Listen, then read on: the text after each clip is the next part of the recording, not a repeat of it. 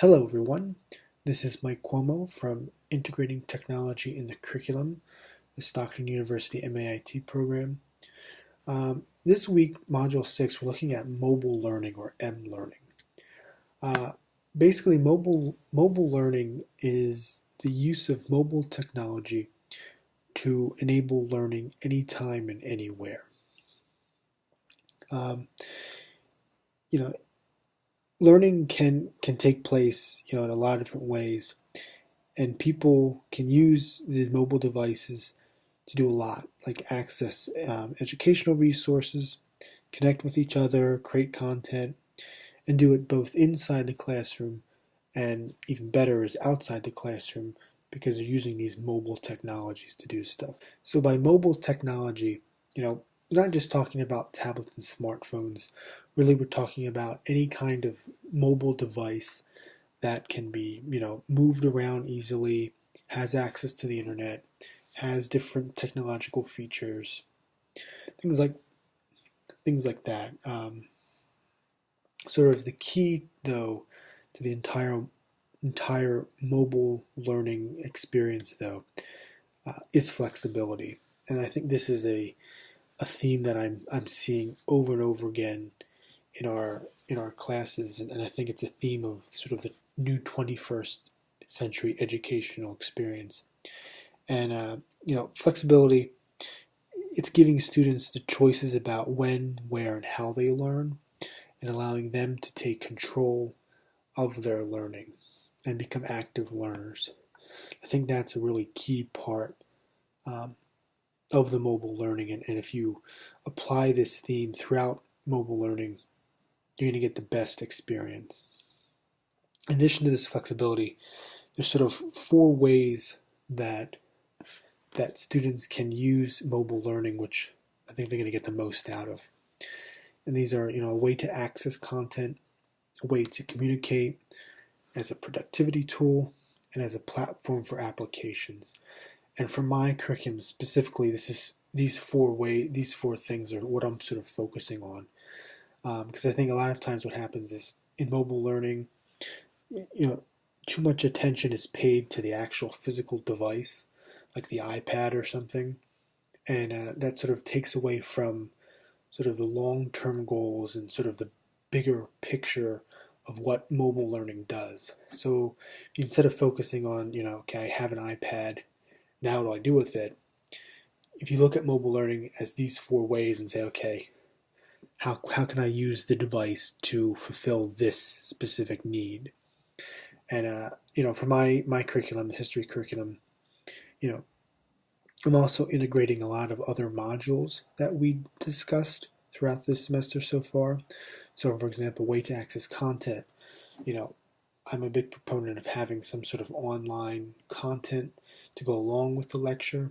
In the online learning module, I talk about sort of the online website with that sort of big history project as sort of, the example. And so to adapt mobile learning to this, it's being able to have that content sort of adapt and be responsive to the different devices. I don't have to have an iPad to access it. I can literally access it on any device, anytime.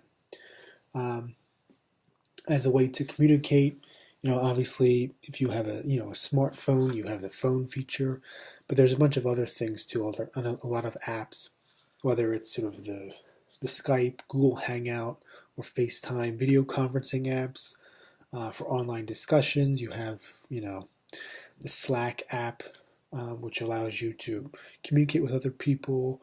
There's social media stuff like Twitter and Instagram and all that. So using these mobile devices as a way to communicate, not just easily, but no matter where you are. So you don't have to be in a classroom to talk to your classmates. You can be anywhere and pick up your smartphone and start talking to them.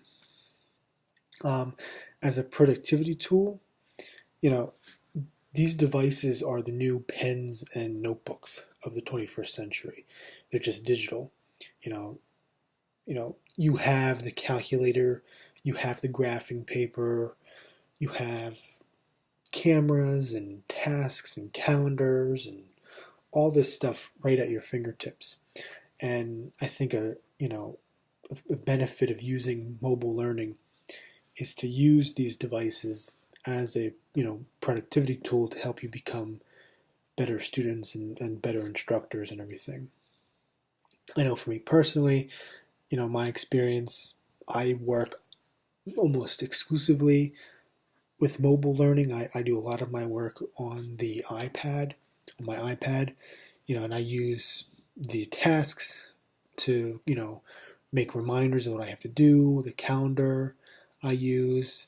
There's built-in Microsoft Office applications so I can, build this presentation, type up the rationale, and then using the OneNote digital notebook to keep organized and keep my notes down, the OneDrive where I save all of my readings and read on my iPad and make notes and highlight right on the iPad.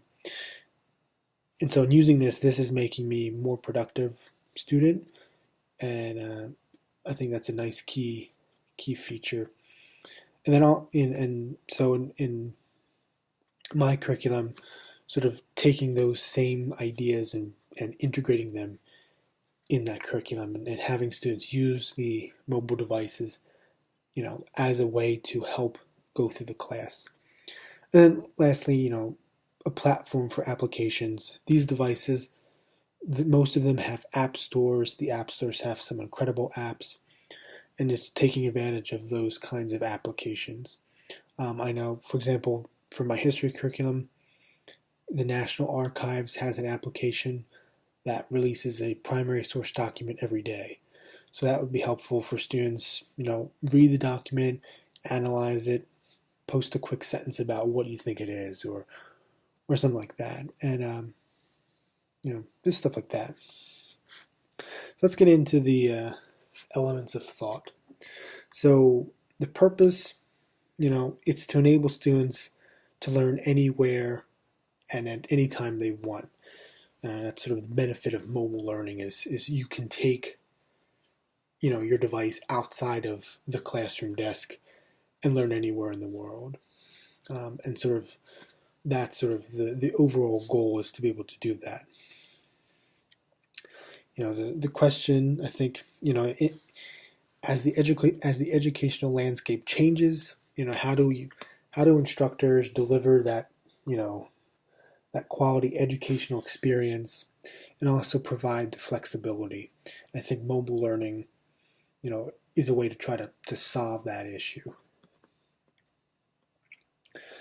The information, obviously the readings were helpful. I also found a really helpful document. I'll post a link to it from the UNESCO site on mobile learning policy guidelines. It was actually really helpful. It talked about some of the benefits of mobile learning, and gave some guidelines for implementing them in policy stuff. Sort of an interesting collection of information. I found it really helpful. I also think my experience, like I said, working with the mobile devices in class. I work like this. I didn't really realize it until this module that I primarily am using mobile learning in this class. I work mostly on my iPad and iPhones, and only do the actual computer when I'm making this presentation and typing out my rationale. But other than that, I'm basically learning through mobile learning for this class. So those kind of experiences help me build this kind of stuff for the class. So interpretation. So my expectation is that the use of mobile learning will give students more options in their education and expand overall access to their learning experiences. By giving them control over their learning, my hope is that they'll be more inclined to learn since they are in control of it. Instead of having to do this way, they're creating ownership, which hopefully will motivate them to learn more and become better students. So for the concepts, I actually used a lot of my ideas that I've learned for web design. Um, my view is as of right now, a lot of mobile learning is focusing on content delivery and access of that content.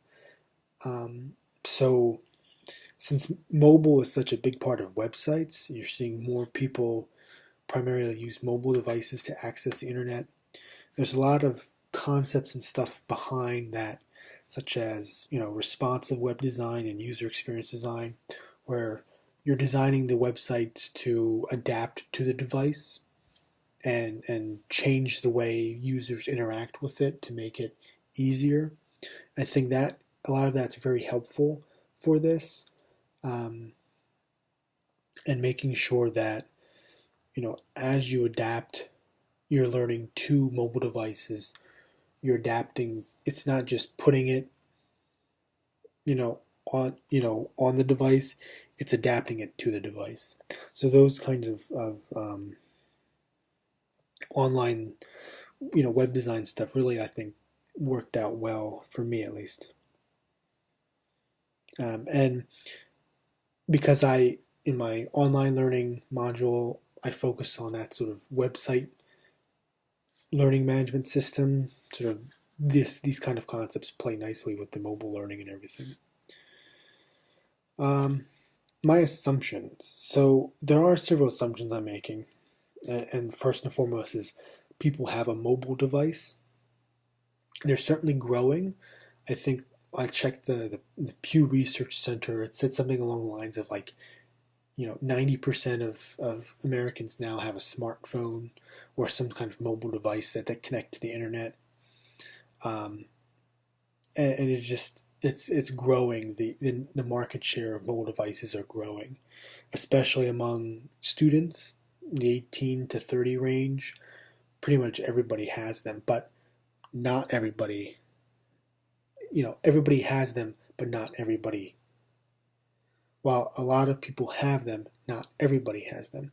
So you can't really design a class solely on mobile, because the person who doesn't, it's not going to work out for them.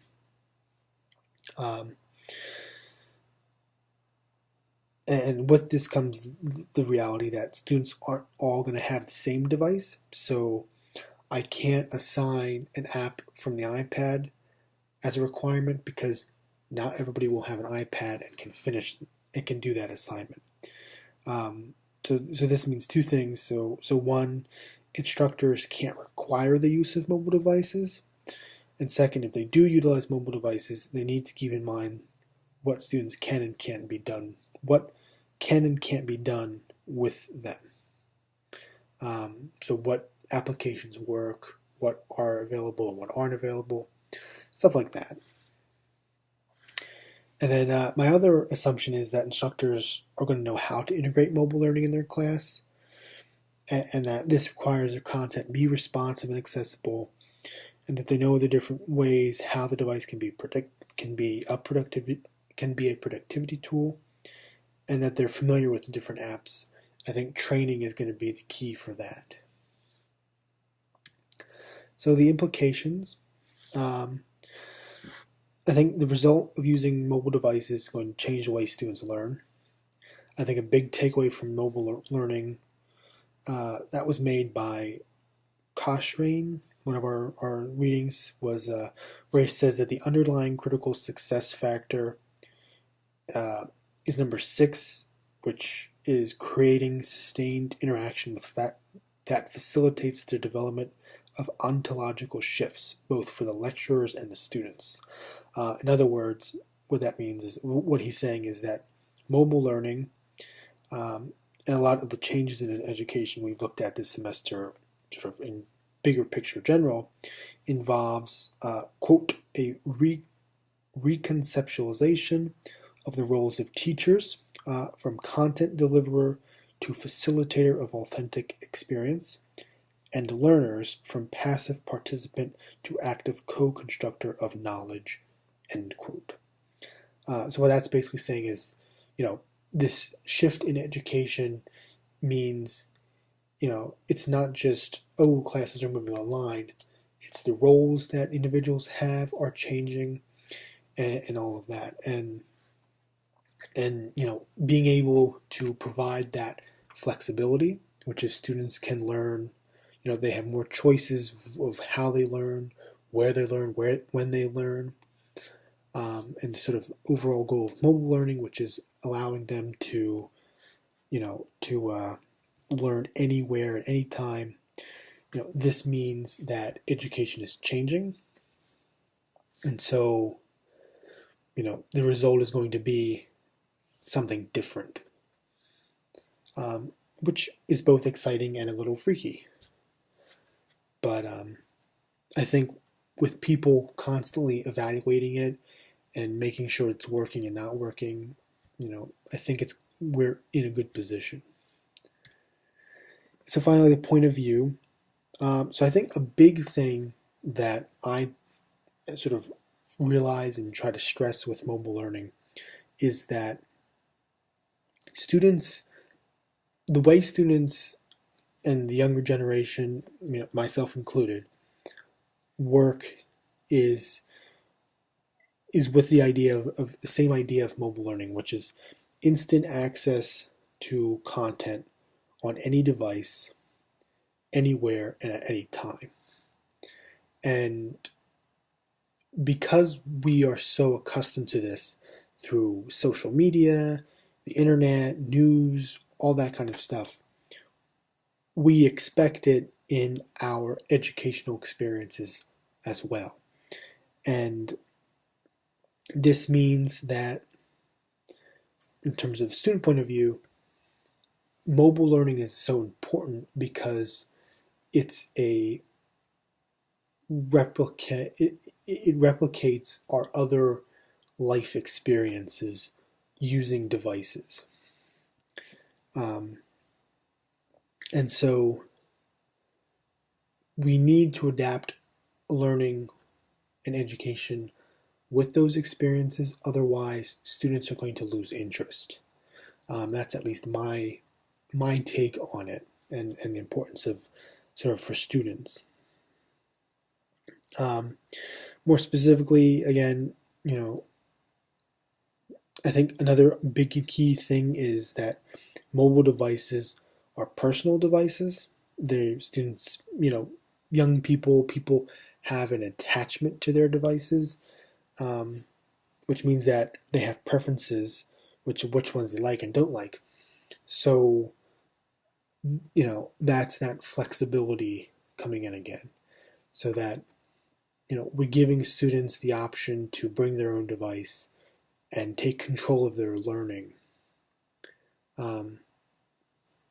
And mobile learning provides that opportunity to do that. On the instructor side, I think there's a couple questions that instructors are going to have, like how do you assess use of mobile devices, if they're using them in the actual class, are they going to be having a distraction, and then the logistics of M-learning, especially figuring out which devices students have, adapting their courses. I made the point that I think it's important in the beginning of the semester for an instructor to do a survey to see who has devices and what devices they have, so that it makes it easier for an instructor to integrate and provide recommendations for mobile learning.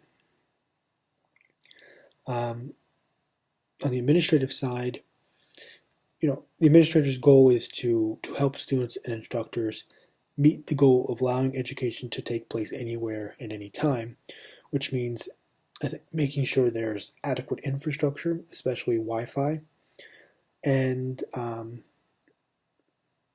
definitely providing training and support to instructors, both so they know what kinds of tools are available and how to use them, and also providing that support for students too, especially in the productivity kind of side of things, and just giving maybe workshops to say, okay, this is how you can use this application or this tool, and make yourself a more productive student. I think there also is some value in considering or even enacting a program where incoming students to a university or college, all students get some kind of tablet or some kind of mobile device like an iPad. Um, this means that then all students have the same device. Now they can choose whether to use it or not. You know, obviously there's a whole other array of topics and issues and considerations that need to come into play for this to work. Cost and everything. But to make it simple, let's say that the cost of the device is part of their tuition, and they're sort of given it to do whatever they want with it, with the expectation that they're going to use this for school. And I think there could be some value to that. It's something to at least consider, especially as as learning moves more towards this mobile learning, the flexibility, and that major shift of the way education has always been and the way that it is changing into as a result of the use of technology. So that's my thought. As always, share feedback, and thank you.